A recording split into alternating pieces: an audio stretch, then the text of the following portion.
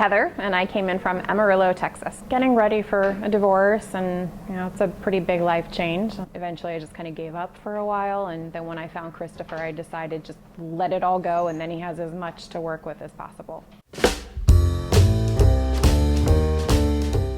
I really just want whatever is going to look best.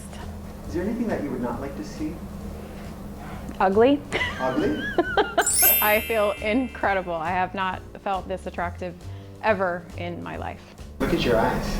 I know, they're so sparkly. Yes. I had no idea I'd been using the wrong color palettes for essentially my entire life. I thought I was cool, and so clearly my makeup technique and my clothing choices for colors and cosmetics has been off forever, and I feel like now it's all kind of aligned and exactly where it should be. When I was really young, it was like copper penny red, but as you get older, it fades and doesn't look quite so attractive. Sure. I really wanted Christopher to do whatever he thought was best. I think he kind of nailed it. Too young to be gray, my dear.